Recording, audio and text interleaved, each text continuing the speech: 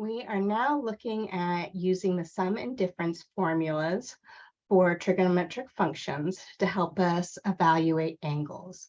So for instance, let me just kind of give you an idea of where we're going and why we want to use this. But let's say that we had cosine of 75 degrees. So this is an angle that we don't know how to evaluate. It's not one of our special angles. If we, though, can manipulate the 75 degrees to look like the sum or a difference of two angles that we know how to evaluate our trigonometric function at, then we can use this sum and difference formula. And so I notice here that 75 degrees, that could be rewritten as 45 plus 30, and both 45 and 30 degrees are our special angles that we should hopefully know by now. So I could rewrite this as cosine of 45 degrees plus 30 degrees. So before I tell you the formula, I want us to derive this formula, or one of or multiple of these sum and difference formulas. I also want you to know really quickly, because this is an error that some students make, that this does not equal. We can't think of this as distributing the cosine. Cosine, it's a function of something, and so it's not the distributive property here. This does not equal cosine of 45 plus cosine of 30 degrees. Okay. So let us derive the formula for the cosine of a difference of two angles. So I have here, let's say, cosine of alpha minus beta. And so we want to derive this formula. So let's look at the unit circle.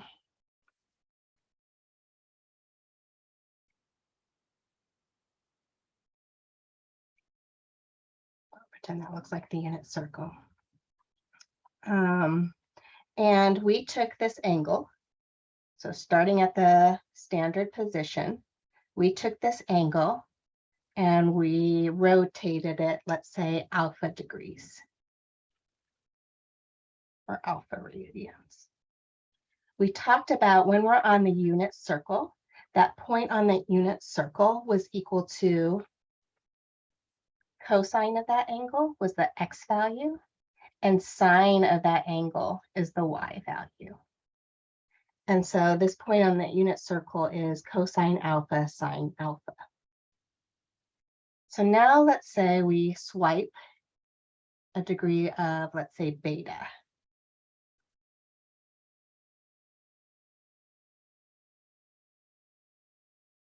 Oops. Don't need to do that. So going beta. So let me say betas here.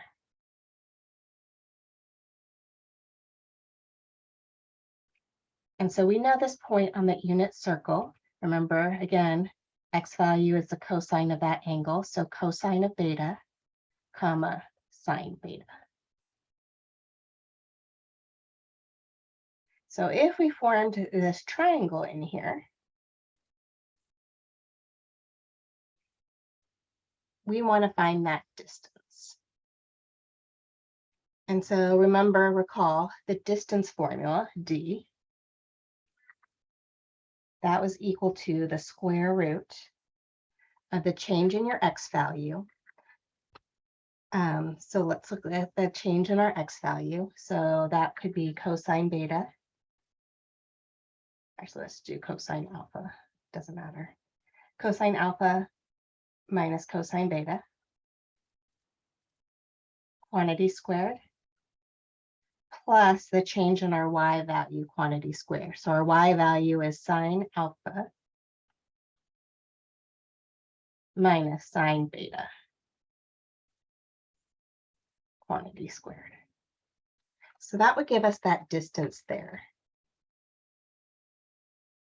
So now let's take this and let's rotate our triangle. So rotating this triangle in here that we had formed, these three sides, let's take this triangle and we're going to rotate it so that this side here that we got from angle beta, that is going to now lie on our x-axis. So if we rotate that, so beta, we're just going to make it sit here. Our side here that we got from our angle alpha, we're rotating at the same degrees. So technically we're taking off a beta right in here. So taking off a beta, let's say that it's about here. And we're looking at this distance.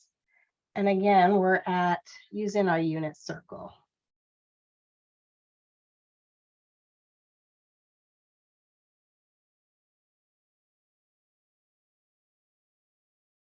So this angle in here, that was our alpha minus our beta.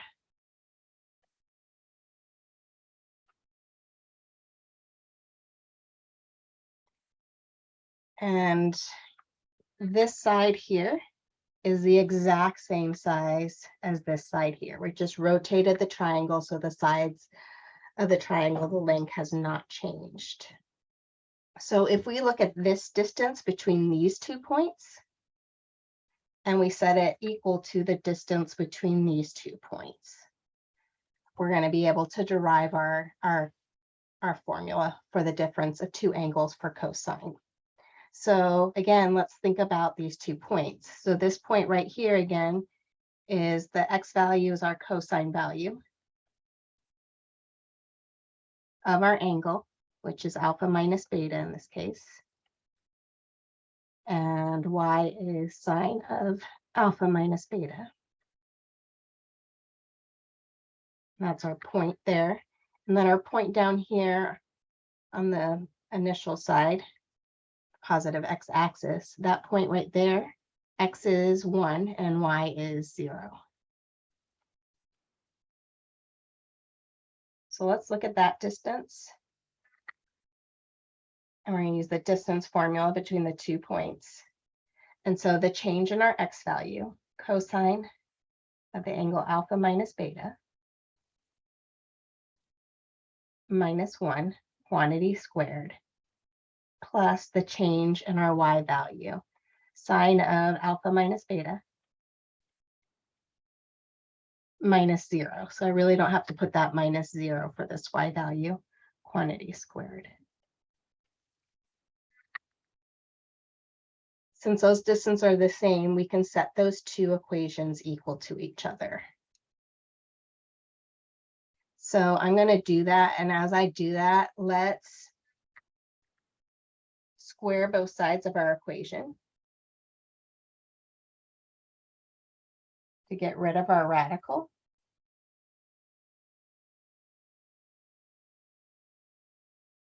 So if we do something to one side of the equal sign, we can do to the other. And then as I'm writing it out, it's going to be really long.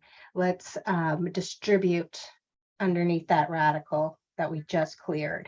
And so I'm looking at right here, this cosine of alpha minus cosine of beta, and I'm multiplying it by itself, cosine alpha minus cosine beta. So if I distributed that out, we would get cosine squared alpha, cosine alpha times cosine alpha. We'll have a negative cosine alpha cosine beta plus another negative cosine alpha cosine beta. So that's negative 2 cosine alpha cosine beta. Negative cosine beta times negative cosine beta. So that's positive cosine beta squared.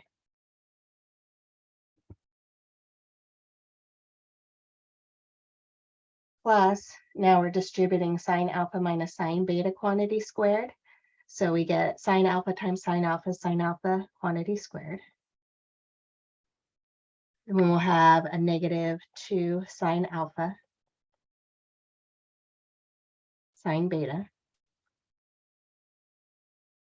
plus sine beta squared. So that was just distributing out what was underneath the radical for that first distance. The second distance, which it's equivalent to, we want to do the same thing. We got rid of the radical by squaring both sides, and we're going to distribute this cosine alpha minus beta minus 1, that quantity squared. And so when we do that, we get cosine of alpha minus beta, quantity squared. And then we're going to have a negative cosine alpha minus beta minus a cosine alpha minus beta. So that's two of them, negative cosine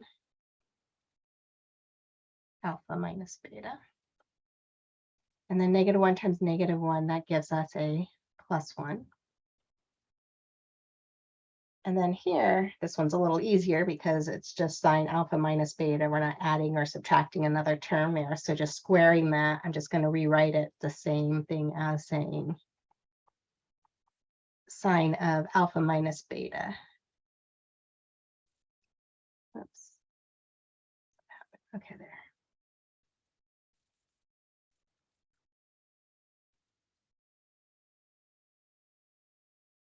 And that quantity is squared. Okay, so it looks really, really ugly and messy, but let's use some of our trigonometric identities. So using our Pythagorean identity, we know that cosine squared theta plus sine squared theta, as long as they're the same angle, that's equal to 1. And so let's look at here, over here, we have a cosine squared alpha plus a sine squared alpha. So we know that that's equal to 1. Let me just pause a second because something's off on my screen. Okay, so now let's again gather. We have a cosine squared beta here and a plus a sine squared beta here. And so looking at that, that is the same thing as plus 1. So we have 1 plus 1. And then unfortunately, this negative 2 cosine alpha, cosine beta, and here we have a negative 2 cosine alpha, cosine beta. And so those are not like terms, so we're just going to rewrite those down.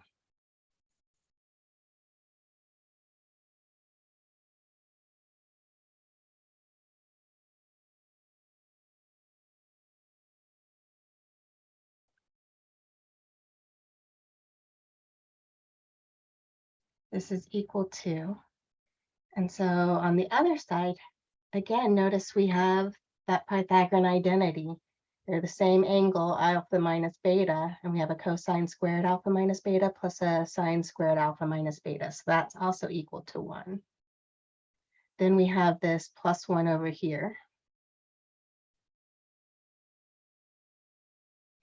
And what we're left with underneath, or right here, is minus 2 cosine of alpha minus beta. So if we sum those constants on the other side of the equal sign, or both sides of the equal side, notice that those are both 2. So we have 2 minus 2 cosine alpha, cosine beta, minus 2 sine alpha, sine beta, is equal to 1 plus 1, so 2 minus 2 cosine alpha minus beta. So if we subtracted 2 on both sides, those 2's are going to go away. So I'm going to just subtract those 2 2's without rewriting everything again. And then notice everything is in terms, everything has a negative 2 in front of it. So let's get rid of that negative 2 by dividing everything, every single term on each side of the equation by negative 2. And so if we do that, we have our formula.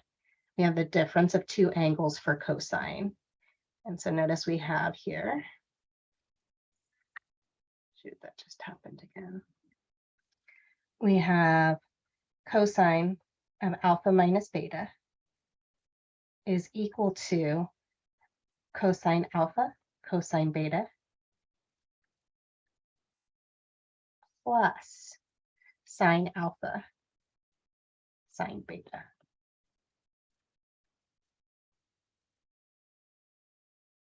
So here's our difference of two angles for cosine.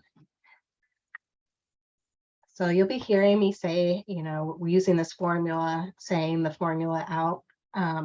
So how I remember this formula, and you'll see that the other ones are kind of similar, but cosine, when we have cosine, it's always going to be cosine alpha, cosine beta, cosine of one angle, cosine of the other, opposite sine.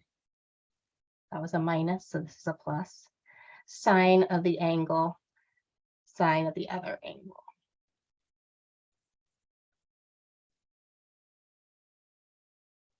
So if you don't have that memorized, you're going to want to memorize it. And hopefully by the time you do all your questions and the homework and stuff, you'll be good and watching the videos. So the other trigonometric functions of the sum and the difference of two angles is a lot easier than how we just derived the first one. Let's see if there's any questions before I go on. So to get the other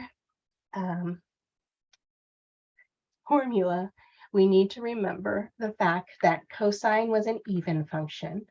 So if we had cosine of negative theta, this was the same thing as cosine theta. And that sine was an odd function. So if we had sine of a negative angle, theta, this was equal to negative sine theta. So to get the sum of two angles for cosine, we're going to use the formula we just derived. And so we're going to take cosine, and we're going to rewrite cosine of alpha plus beta as cosine of alpha minus negative beta. So we now know the formula for the difference of two angles. And so let's use the formula we just derived. And so the difference of two angles for cosine is cosine, cosine. So cosine of alpha, cosine of negative beta, opposite sign, so plus sine of the first angle alpha, sine of the second angle negative beta. So using the fact, again, that cosine is an even function, cosine of that negative beta is just cosine beta. So this is equal to cosine of alpha, cosine of beta, and then sine of negative beta, that's equal to negative sine beta. So I'm going to just pull the negative out in front of those two sine functions. So this is minus sine of alpha, sine of beta. So here is our formula for the sum of two angles for cosine.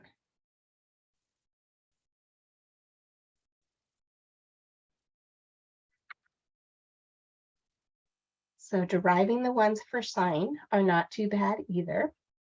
We need to now use another fact that we learned earlier on in the semester about the cofunctions.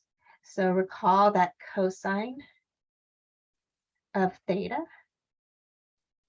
this was the same thing as sine of 90 degrees or pi halves minus theta. Or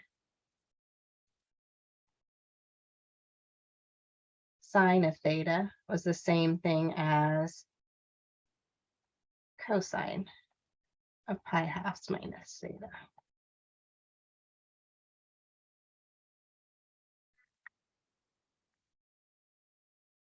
Okay, so let's go in here and let's derive the one for sine. So looking at the formula for the sine, the sum of two angles. So let's say alpha plus beta. And using the facts that we just wrote out, so we can rewrite this in terms of cosine. So this is the same thing as cosine of 90 degrees minus the angle we're taking for sine. So I'm going to put parentheses around it, alpha plus beta. So now we're going to use the fact that cosine, the difference of two angles is cosine of the first angle, pi halves, cosine of the second angle, alpha plus beta, then opposite sign, this was a minus, so it's plus, sine of the first angle, pi halves, sine of the second angle, alpha minus beta.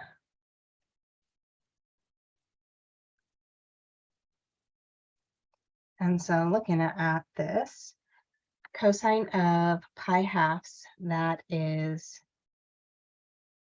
looking at the unit circle, pi halves is on the y-axis, cosine is 0. So 0 times cosine of alpha plus beta, plus sine of pi halves is 1. So 1 times sine of alpha minus beta, something's off.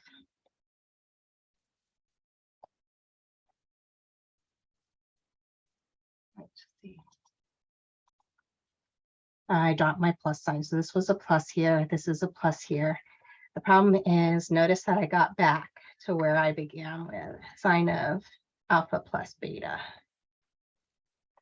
Okay, so I missed a key important step to prove this identity. So it's kind of like we were proving identities before. So let's start over. And sometimes you went down the wrong way. So sine of alpha plus beta, we're going to start the same way. It is cosine of pi halves minus alpha. I'm going to distribute this negative. So minus alpha minus beta. We're going to rewrite this. So this is equal to, I'm going to just regroup this a little differently. So this is the same thing as cosine of grouping my pi halves minus alpha.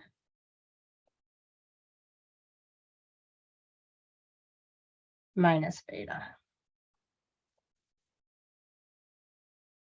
Now let's rewrite this again using the difference of two angles for cosine. And so doing that, we have cosine, cosine. So cosine of the first angle, pi halves minus alpha. Cosine of beta. Opposite sign that was in between, so plus. Sine of the one angle, pi halves minus alpha.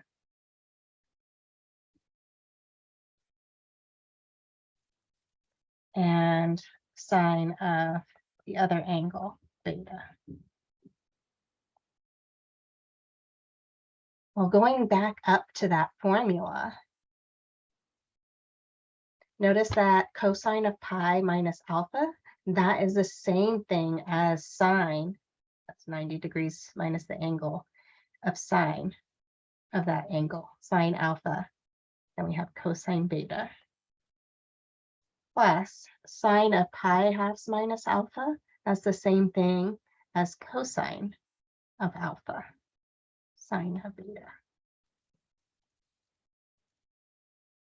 So we just derived our formula for the sum of two angles for sine.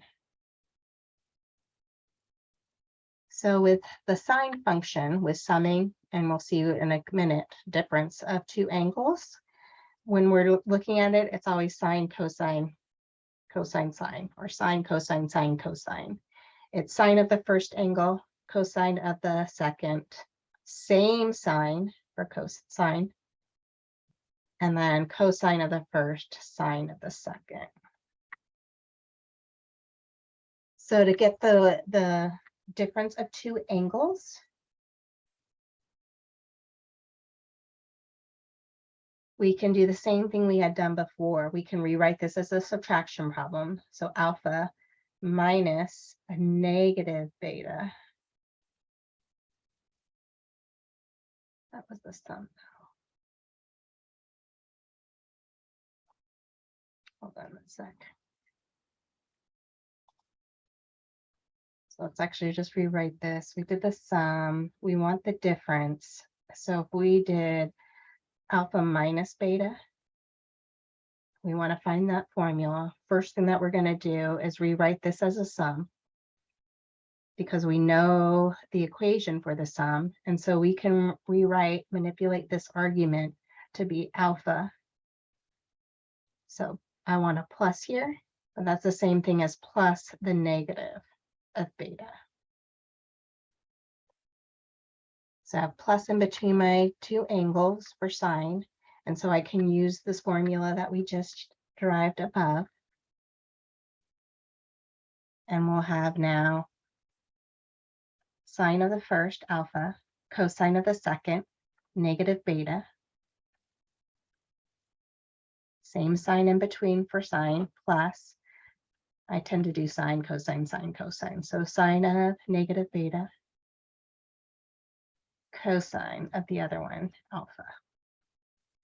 So now again, using the fact that cosine is an even function, cosine of negative beta is cosine beta. So let's rewrite that. That's sine alpha cosine beta. And then sine of negative beta, sine is an odd function, so we can bring the negative out here. So minus sine of beta cosine alpha.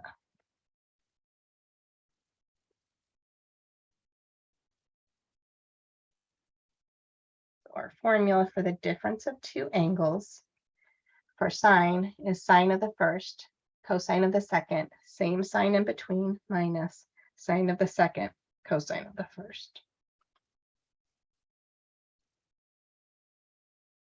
So going back to that first problem I brought up, we were looking at cosine of 75 degrees. And so let's use what we know now. We can rewrite this in terms of a sum of two angles we know, which is 45 degrees and 30 degrees. So cosine of 45 plus 30 degrees. So cosine is cosine, cosine. So cosine of the first, cosine of the second angle. So cosine 45 degrees, cosine 30 degrees, opposite sign in between, minus sine of the first, 45 degrees, sine of the second, 30 degrees. So hopefully we remember cosine of 45 degrees, we're in the first quadrant. So that is root 2 over 2. Cosine of 30 degrees, that is root 3 over 2.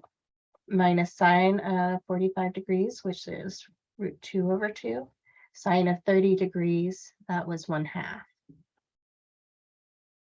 Rules of radicals, we can multiply same radical square roots index. We can multiply the radicands underneath the radicals. So 2 times 3, so square root is 6.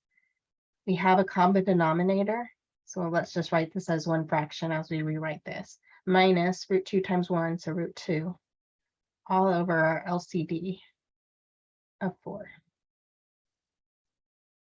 So we can't simplify any further. We can't combine those radicals. And so the exact form would be the following. Square root of 6 minus root 2 all over 4.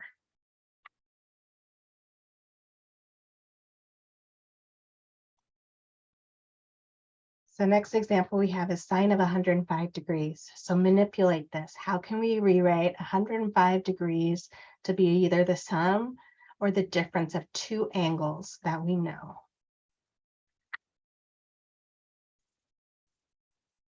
Well, we know 105 degrees. So I would just kind of think about angles I know. Well, I know 45, and I think that if I subtract 45 from this, this would give me another angle I know, which is 60.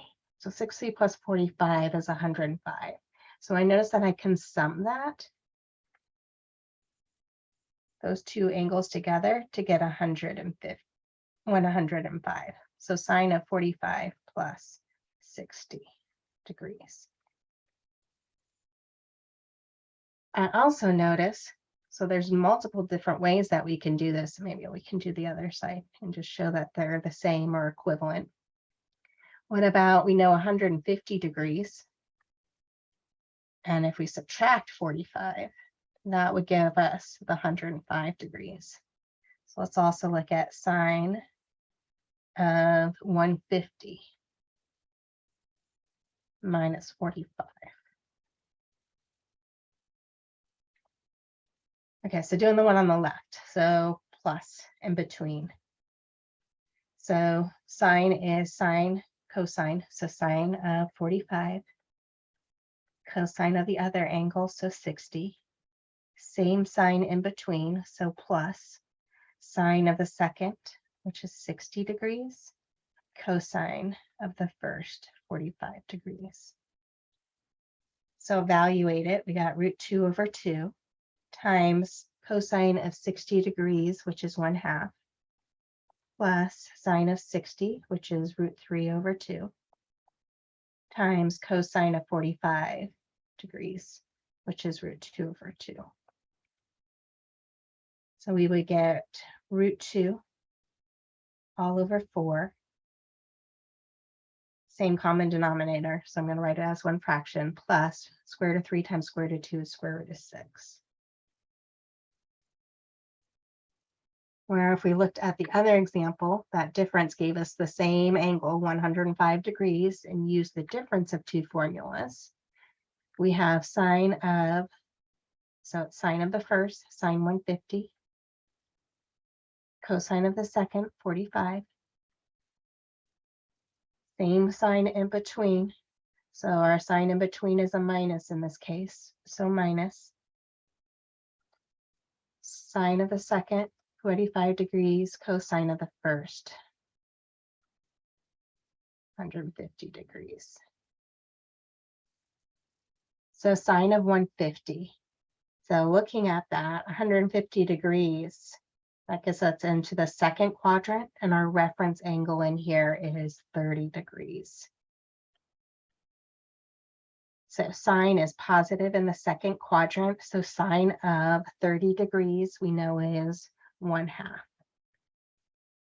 Cosine of 45 is, again, root 2 over 2, minus sine of 45, which is root 2 over 2, times cosine of 150. Cosine in the second quadrant is negative.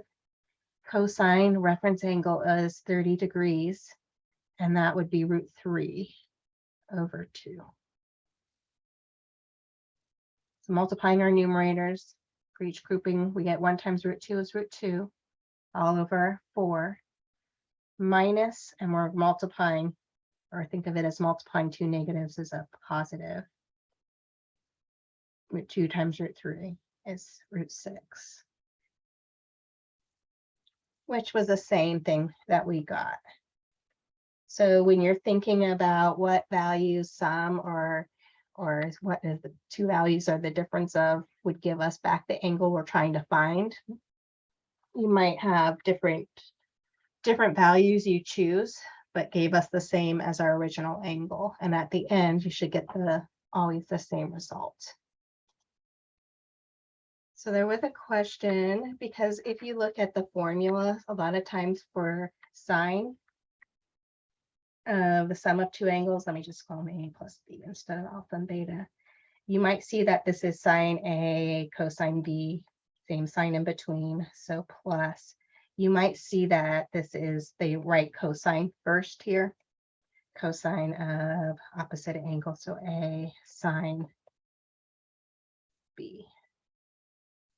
I just tend to like to write sine, cosine, but notice that this right here, we can rewrite it. So if I multiply 2 times 3, that's the same thing. It's commutative. I can switch the order and get back the same thing. So this is sine B cosine A. It's the same way to write it. So don't get confused if you look at a book or something else and they do it that way. It's the exact same thing. So let's look at one where it's not degrees, it's in radians, but we're going to apply the same methods that we were just doing.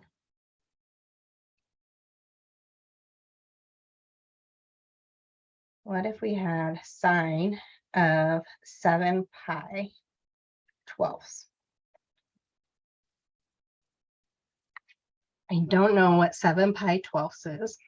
We don't even know any of those special angles that have 12 in the denominator. But let's rewrite this as a sum of two fractions. And I noticed that 7 can be rewritten as 3 plus 4. So we can rewrite that 7 pi as 3 pi over our common denominator, 12, plus 4 pi all over our common denominator of 12.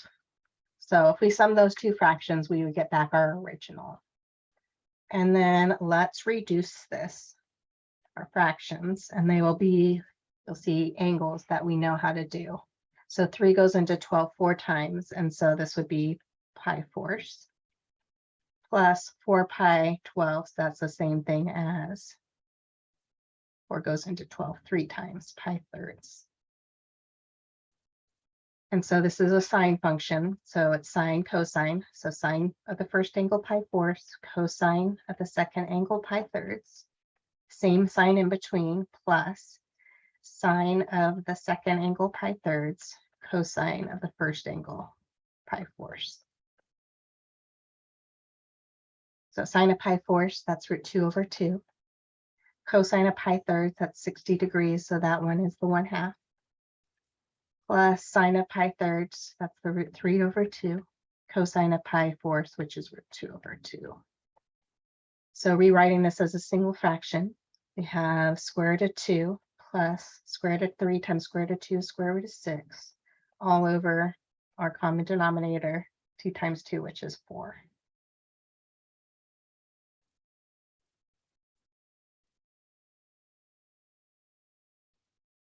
So let's go actually backwards. So let's say they give us an equation, they ask us to evaluate it, but we don't know what it is. So let's say you were given, let me just pull it out of the book, sine of 20 degrees,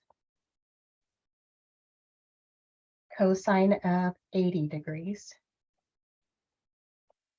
minus cosine of, I'm just going to write it how they have it, 20 degrees, sine of 80 degrees. So we don't know sine or cosine of the angles at 20 or 80 degrees. But I notice that this looks like the difference of two angles for sine. So if we look at that, so sine, cosine, cosine, sine are the same thing as sine, cosine. So the sign in between is minus. So this is the same thing as sine of my first angle, which is 20 degrees, minus, same sign here, whatever angle I used for cosine, which is 80 degrees. So this is sine of negative 60 degrees.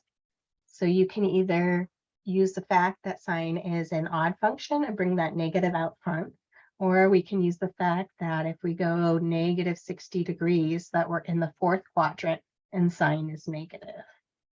So this is the same thing as negative, and then our reference angle is 60 degrees. Sine of 60 degrees is root 3 over 2. So our answer is negative root 3 over 2.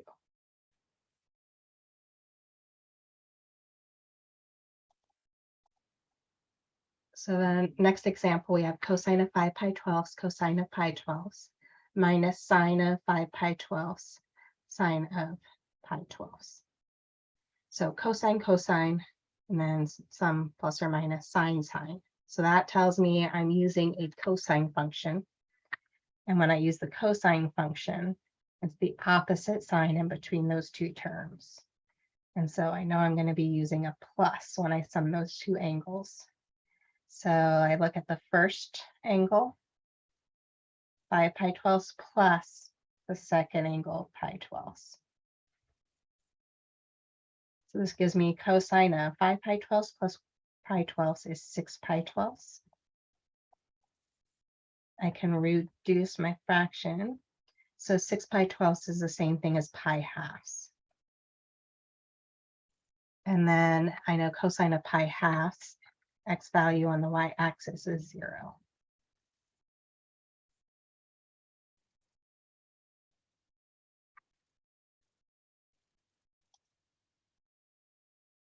Okay, so then the next problem in front of us states that find the exact value of each of the following under the given conditions. So we want to look at sine of alpha plus beta, and we want to look at cosine of alpha minus beta.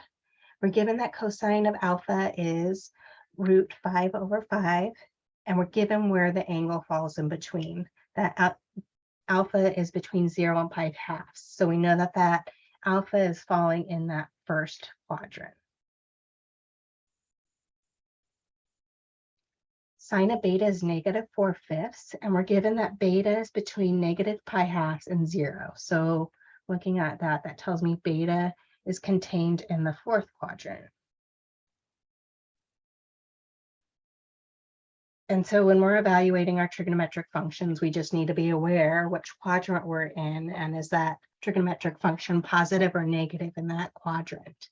And so looking at this, let's look at part A. So part A, we want to look at sine of alpha plus beta. So let's just use our formula and rewrite that. So it's sine, cosine, sine, cosine. So sine of the first, alpha, cosine of the second, beta, same sign in between, so plus sine of the second angle, beta, cosine of the first angle, cosine, alpha. And so we know what sine alpha is. No, we don't. So we don't know what sine alpha is, and we don't know what cosine beta is, but we can figure out what those are by making our triangles. So doing what we were doing at the beginning of the semester, using the relationship of sides. So let's first look at alpha. So we know alpha for cosine, it's adjacent. So root 5 is our adjacent side of alpha, and hypotenuse is 5. So we want to find the opposite side. So we need to use our Pythagorean theorem. So that's going to be equal to the square root of our hypotenuse squared, 5 squared, minus the other side, square root of 5 squared. So that gives us square root 25 minus 5 underneath the radical, which is the square root of 20. Which I know I can pull some stuff out. This is the same thing as 4 times 5, so 2 root 5.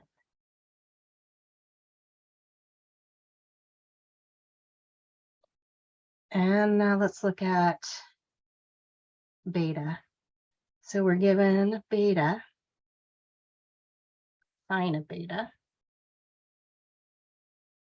So sine is opposite of beta, so that's 4 over hypotenuse 5.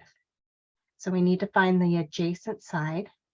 Again, using the Pythagorean theorem, it's the hypotenuse squared minus the other side squared and the square root of that difference.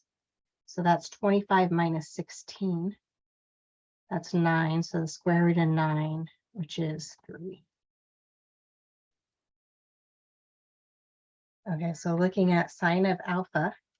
So looking at our triangle, sine is opposite over hypotenuse. So that is 2 root 5 all over 5. Cosine of beta. So looking at our triangle with beta, cosine is adjacent, which is 3, all over our hypotenuse, which is 5. Plus sine of beta And we need to be careful about our angles. Alpha is in our first quadrant, so sine is going to be positive in our first quadrant. Cosine beta, beta is in our fourth quadrant, so cosine is positive there. So we're okay with our signs. But sine of beta, which we were given, was -4/5, all times cosine of alpha, which was also one that we were given, √5/5. So 2√5 times 3, so 2 times 3 is 6, so that's 6√5. We have a common denominator, 5 times 5, which is 25. And then we have minus, plus a negative, 4 times √5, so that's 4√5. So we have the same number underneath the square root, so we can take the difference of the numbers outside. So those are like terms. 6 minus 4 is 2. So 6√5 minus 4√5 is 2√5, all over 25.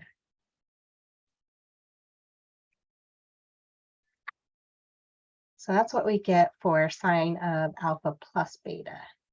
So we're going to do the same thing, similar, but now we're looking at cosine of alpha minus beta.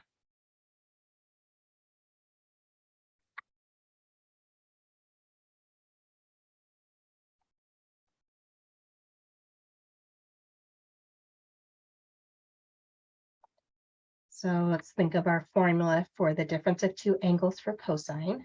So difference of two angles for cosine. So cosine is cosine, cosine. So cosine of the first alpha, cosine of the second beta. Opposite sign, so plus sine of the first alpha, sine of the second, which is beta. We already made our triangles, so we can use our triangles that we just used or found to get this. So we have cosine of alpha. Cosine of alpha was the one that we were given. And so this one is √5/5. Cosine of beta, that's the adjacent over hypotenuse, so 3/5. Plus sine of alpha. Sine of alpha, that was opposite to √5, all over 5. And sine of beta, we were given that, which was -4/5. So looking at this, we have 3 times √5, 3√5, all over our common denominator of 25, minus, this would be 8√5. So 3√5 minus 8√5 is -5√5 over 25. I notice the 5 outside of my radical can cancel, going into my denominator of 25 5 times.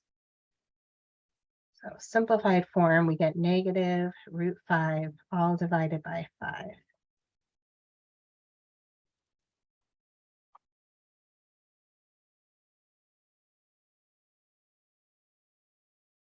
Okay. So I pulled up the formulas in front of us, the ones that we just looked at: sine of a plus b, sine, cosine, cosine, sine, sine of a minus b, sine, cosine, minus cosine, sine, all those angles, etc. But anyways, let's look at proving the tangent.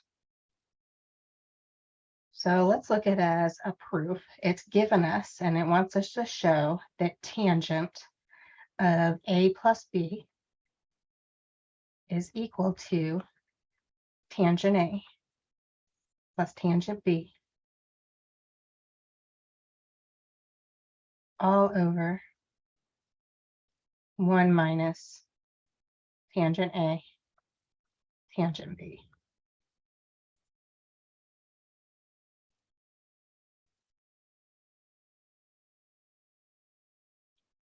Okay, so we were looking at proving identities before. And so when we looked at proving an identity, we chose one side of the equation to work with. I'm going to work with the left-hand side.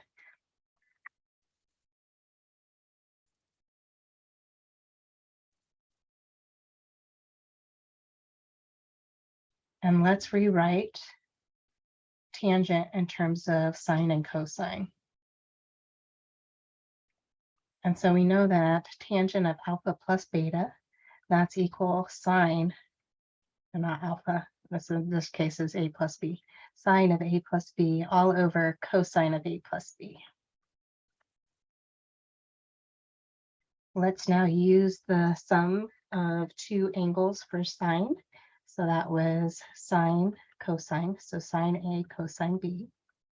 Same sign in between, so plus sine of the other angle B, cosine of the first angle A, all over, so cosine, the sum of two angles for cosine is cosine, cosine, so cosine A, cosine B.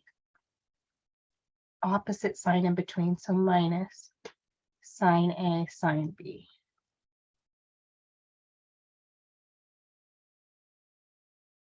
So this doesn't look like what I want, but I want this to have tangent A.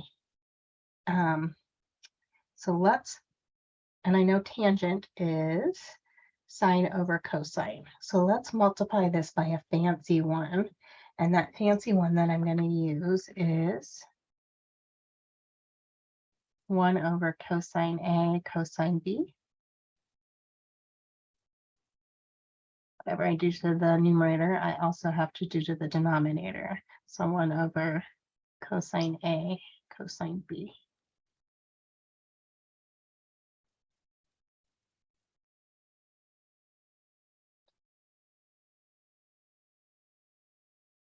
So I want to distribute that to the numerator. And if I distribute that to the numerator, this over, we're going to get sine A, cosine B, sine B, cosine A, but sine A, cosine B is all divided by cosine A, cosine B. Sine B, cosine A is also divided by cosine A, cosine B. And then this is all over cosine A, cosine B, minus sine A, sine B. But we're dividing both of these by cosine A, cosine B. Cosine A, cosine B.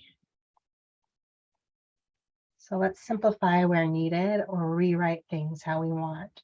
So noticing that first fraction in the numerator, the cosine B's cancel, and we're left with sine A over cosine A. But sine A over cosine A is the same thing as tangent A. We have a plus sign in between. And so I see again, cosine A's cancel, or something cancels. And I have sine B all over cosine B, but that's tangent B. All divided by, so in the denominator, first fraction cosine A cancels and cosine B's cancel. And so that's just leaving us with 1 minus, and then it doesn't look like anything cancels on that second fraction in the denominator, but I see a sine A over cosine A, which is tangent A. And I see a sine B over cosine B, which is a tangent B. And that's what we wanted to show. And so we finished our proof.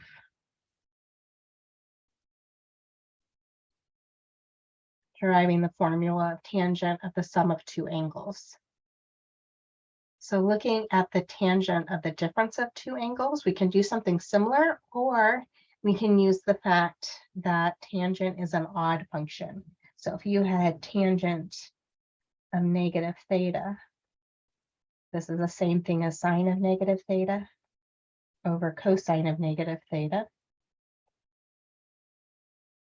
Sine is odd, so this is negative sine of theta.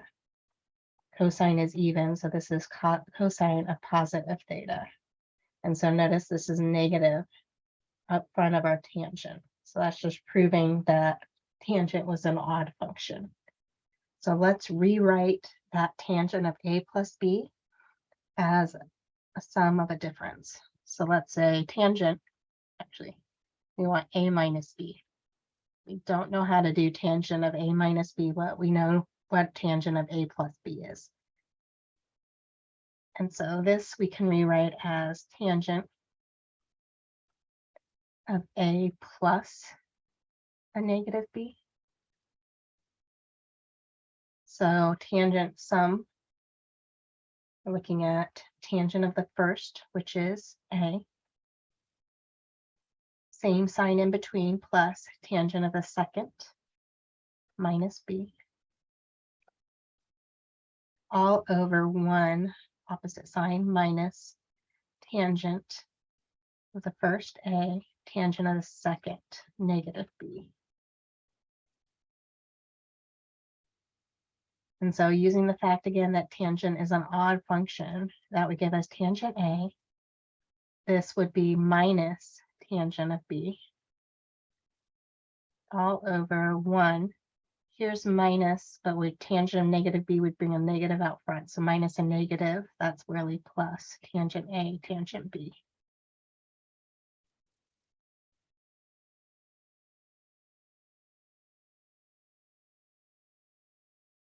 So we just proved or showed or derived the identity for the difference of two angles for tangent and the sum of two angles for tangent. Maybe let's put that in practice with an example. So you have tangent of 15 degrees. It asks us to find the exact value of tangent of 15 degrees. So we don't want to throw this in the calculator. We want to use what we just did. So we want to either think of this as a difference of two angles that we know or a sum of two angles we know. Well, I know that that looks like, what does that look like? That looks like 45 degrees minus 30 degrees.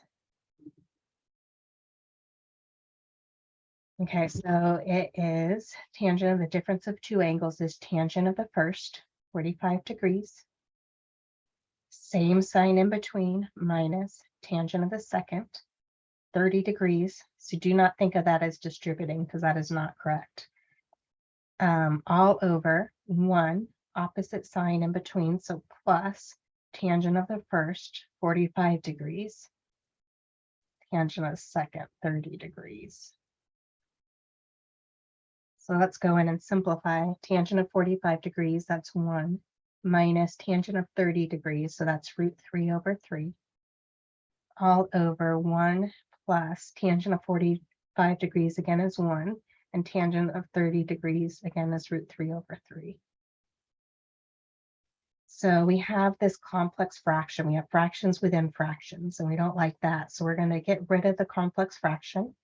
One way to do that is multiplying by a fancy one. And that fancy one that you're going to choose is looking at all the fractions within the fraction and multiplying by the LCD over the LCD. So 3 over 3 in this case. Let's distribute our 3 in the numerator and distribute our 3 in the denominator. Our fraction will go away within the fraction. So we have 3 minus, well, root 3 over 3 times 3, the 3's cancel, so we just have 3 minus root 3. Distributing a 3 on the bottom, we got 3 plus root 3. And that's not going to simplify any. I can't factor anything out, and there's nothing that's in common because this is addition and subtraction in between those terms. So that would be the exact form of tangent of 15 degrees. So when you're doing your homework, it might ask for the exact form, and then it might ask you to round your answer to a certain decimal. On an exam, if I didn't allow you to use a calculator, and I wouldn't let you use a calculator on something like this, I would have you just leave it in the exact form.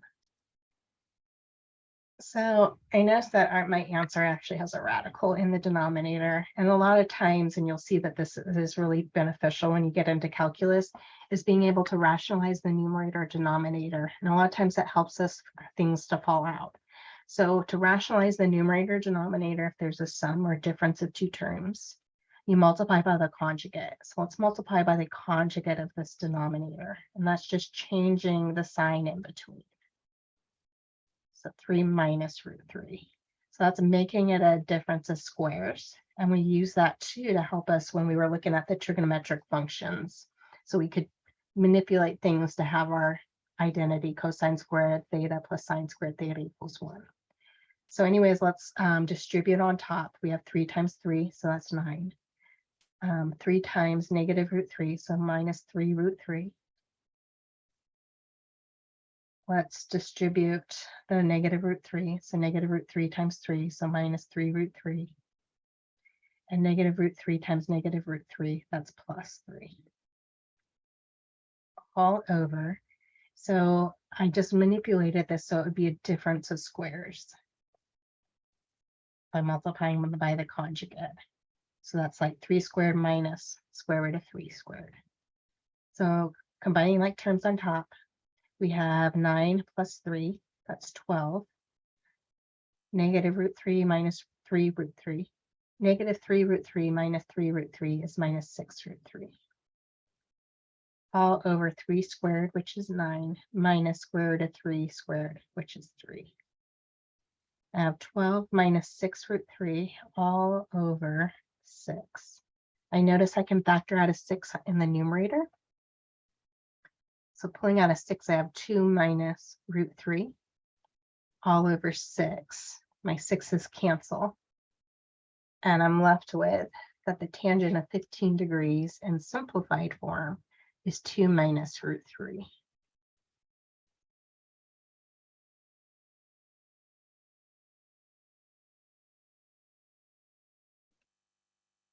So if I had thrown that into our homework program, it might have spit out that, sorry, you're wrong, but it might tell me that that's the correct answer. It's just not on the correct form. So just remember, if you got your question wrong on the homework program, read why it's wrong. It might say it's right, but it's just in the wrong form that it asked for the answer. So our next example says sine inverse of root 3 over 2 plus cosine inverse of 1. If those sine inverse and cosine inverse were not of values that we knew what angle gave us those values back, we would need to create a triangle. But since we should know those values, so thinking about what value of sine of what gives us back root 3 over 2. Sine inverse has to fall between negative pi halves and pi halves. This value root 3 over 2 is positive, so I know I'm in quadrant 1. And so what gives me back root 3 over 2 is either 60 degrees, or if it wants radians, that's pi thirds. Plus, so cosine inverse of 1. I know that cosine inverse is between 0 and pi. And the only value that would give me back 1 for cosine of 0 is 1. I'm going to put 0 here. So this now gives me sine of pi thirds. And I know what sine of pi thirds is. That's root 3 over 2.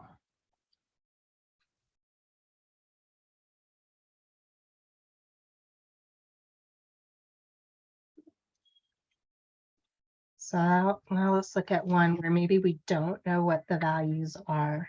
So let's say we were given sine of sine inverse of negative 4/5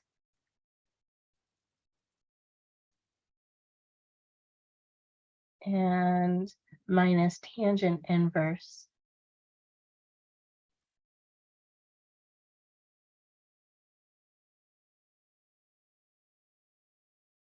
of 3/4.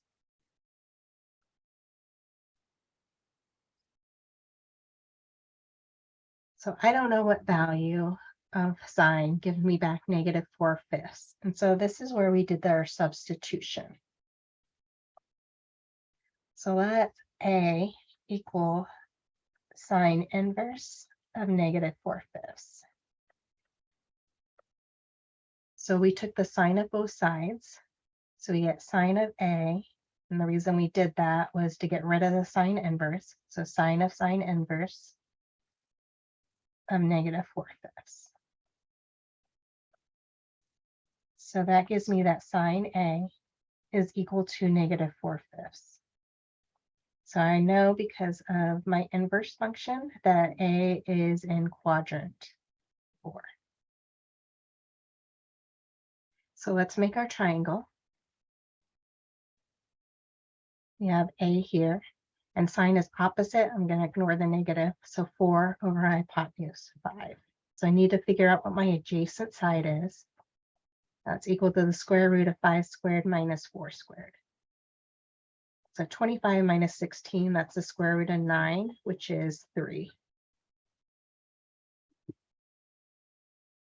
And so now let's look at our value here. Let B, let B be equal to tangent inverse of 3/4. Well, tangent inverse falls between -π½ and π². So I know that B in here is falling in quadrant 1 because it's a positive value. If I took the tangent of both sides, I get tangent B equals tangent of tangent inverse of 3/4, which is just 3/4. Creating my triangle.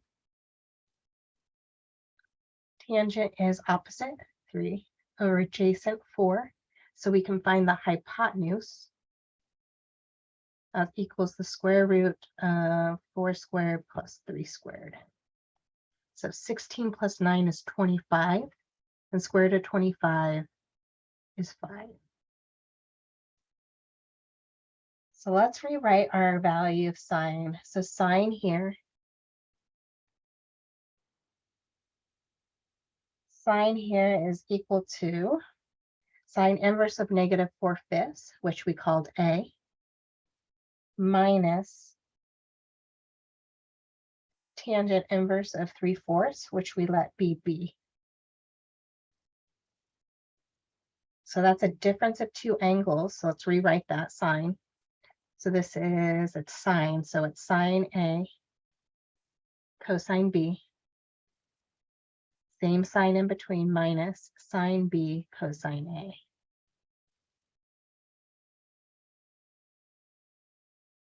So let's look at our triangles. We can use our triangles to figure out our values and just remember which quadrant we are to determine is that value positive or negative. And I made a mistake because that should have been sine B cosine A. There we go. So sine A, was that the one we had? Sine A was -4/5. Cosine B, this is for our angle B, cosine. Angle for B is adjacent, which is 4, over hypotenuse, which is 5, minus sine B, sine. So you're looking at a triangle with angle B, sine is opposite, which is 3, over hypotenuse, which is 5. B is in quadrant 1, so sine is positive. Cosine A, so cosine A, looking at our triangle with angle A, cosine is adjacent, which is 3, over hypotenuse, which is 5. We're in quadrant 4, but cosine is positive in quadrant 4. So let's simplify. We have -4 times 4, so -16, minus 3 times 3, so 9, all over our common denominator of 25. And so if you see this, we have -16 minus 9 is -25 divided by 25, which gives us back -1.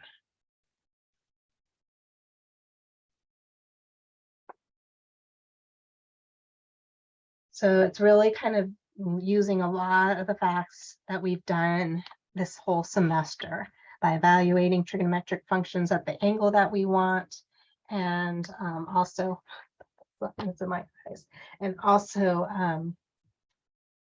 building our triangles, looking at inverse trigonometric functions, recalling what quadrant we need to be in for our inverse trigonometric functions, and just kind of throwing things all together in this one section. So looking at the following, we have root 3 sine theta plus cosine theta equals 1, and we want to figure out, solve this equation for all values of theta between 0 and 2 pi that satisfies this equation. So before, when we were looking at solving equations, we try to manipulate this to have all the same trigonometric function if possible, if we can't factor it, which we can't. And so in order to manipulate this to help us, let's multiply, or let's square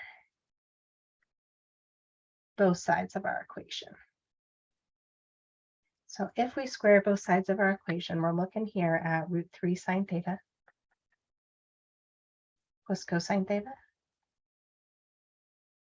multiplying by root 3 sine theta plus cosine theta is equal to 1. So the whole point of this is to get things in terms of sine squared or cosine squared, so we can use that identity, the Pythagorean identity. So let's distribute. So we have root 3 sine theta times root 3 sine theta. That's going to give us 3 sine squared theta. We have 3 sine theta times positive cosine theta. So this is going to give me plus root 3 sine theta cosine theta.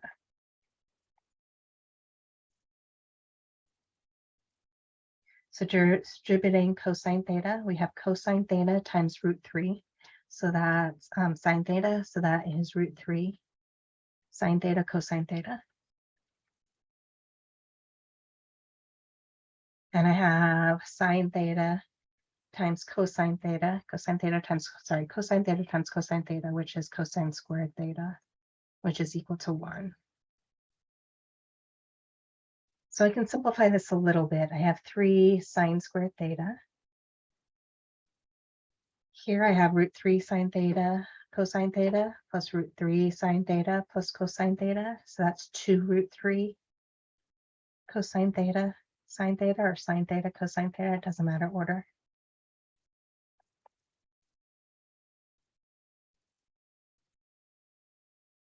Plus cosine squared theta equals 1.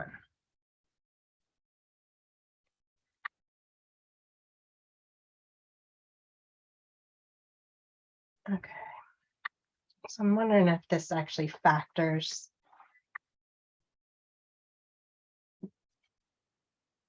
No, that wouldn't work. So let's manipulate this. Let's manipulate this where we know that cosine squared theta. Let's rewrite that in terms of sine squared theta. So I know cosine squared theta plus sine squared theta. So I'm subtracting sine squared theta on both sides equals 1. So cosine squared theta I can rewrite as 1 minus sine squared theta. So let's do that. So we have 3 sine squared theta plus 2 root 3 sine theta cosine theta plus cosine squared theta, which is the same thing as 1 minus sine squared theta, equals 1. So combining that terms, we have 3 sine squared theta minus 1 sine squared theta. That gives us a 2 sine squared theta. That's 2 root 3 sine theta cosine theta. I also notice if I subtract 1 on both sides of my equation, my 1's go away, and this is just equal to 0. So now I have it in a form where it's set equal to 0, and then I can factor. So notice that both of these terms on the left-hand side, we can factor out a 2 sine theta. If I pull out a 2 sine theta, I'm left with a sine theta for the first term inside the parentheses, plus root 3 cosine theta is equal to 0. So now that I have it factored, I can set the first factor equal to 0, 2 sine theta equals 0. And I can set the second factor, sine theta plus root 3 cosine theta equals 0. So if I divide both sides by 2 for that first equation, I'm looking at when is sine theta equal to 0 and between 0 and 2 pi. So that's on the x-axis, and so that would be at 0 degrees, but it's in radians, so 0 and pi. The thing is that we checked, or we squared both sides of our equation, so we need to check this at the end. The other equation doesn't just fall out like I would like it to, but if let's isolate one of the trig functions on one side, so let's say sine theta equals negative root 3 cosine theta. If we square both sides of our equation again, we can manipulate this to be in terms of just one trigonometric function. So we have sine squared theta equals negative root 3 squared, so that's 3, cosine theta squared, so that's cosine squared theta. Let's rewrite sine squared theta in terms of cosine squared theta.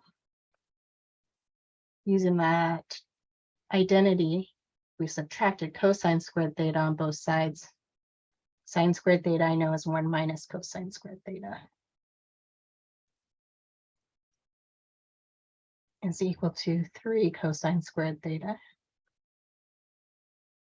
Let's set this equal to 0. So doing that, let's add cosine squared theta to both sides and subtract 1. So doing that, I would have 1 cosine squared theta plus 3 cosine squared theta is 4 cosine squared theta. Subtracting 1, so minus 1 equals 0. And notice that's a difference of 2 squares, so I can factor that. That's 2 cosine theta minus 1 and 2 cosine theta plus 1 equals 0. So looking at when each piece is equal to 0, 2 cosine theta minus 1 equals 0. When 2 cosine theta equals 1, divide by 2, we get cosine theta equals 1/2. So think about when cosine is positive, that's in quadrant 1. Theta is 60 degrees, which is pi thirds. And fourth quadrant, so pi thirds. That would be 5 pi thirds.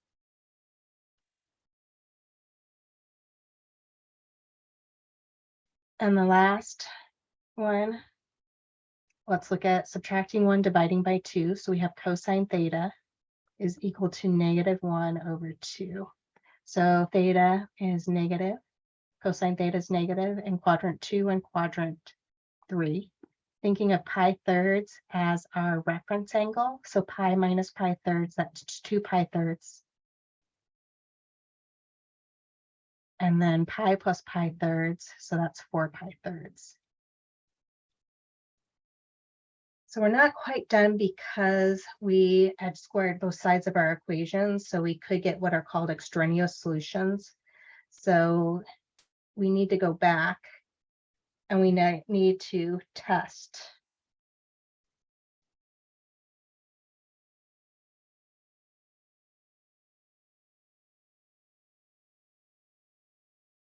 And see if these are solutions.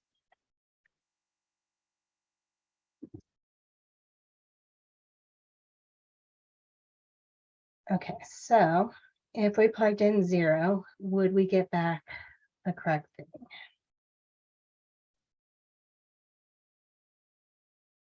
So plugging in 0 into the original equation is root 3 sine of 0 plus cosine of 0 equal to 1. Well, sine of 0 is 0. Cosine of 0 is 1, and 1 is equal to 1. So theta equal to 0 works. So going in and plugging in pi now. Let's go back into our equation. And if we plugged in pi wherever we saw theta, would this give us a true statement? Well, sine of pi is 0. Cosine of pi is -1. And so we have -1. Does that equal to 1? No. So theta cannot be pi. We're doing this with each value we got. So now plug in pi thirds.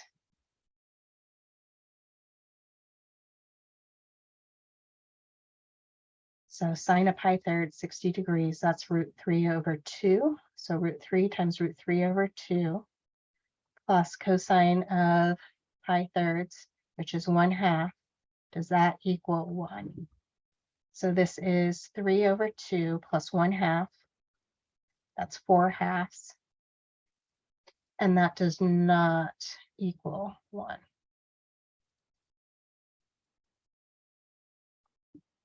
So pi thirds is also not going to work. I'm going to have you guys test. I'm going to have you try it. I want you to see if 5 pi thirds, 2 pi thirds, and 4 pi thirds, are they solutions to this equation that we had? Pretty much out of time, so and I don't have really time to go check it, so I'm going to have you guys check those for me. And then I'll have you guys turn that in online on Canvas.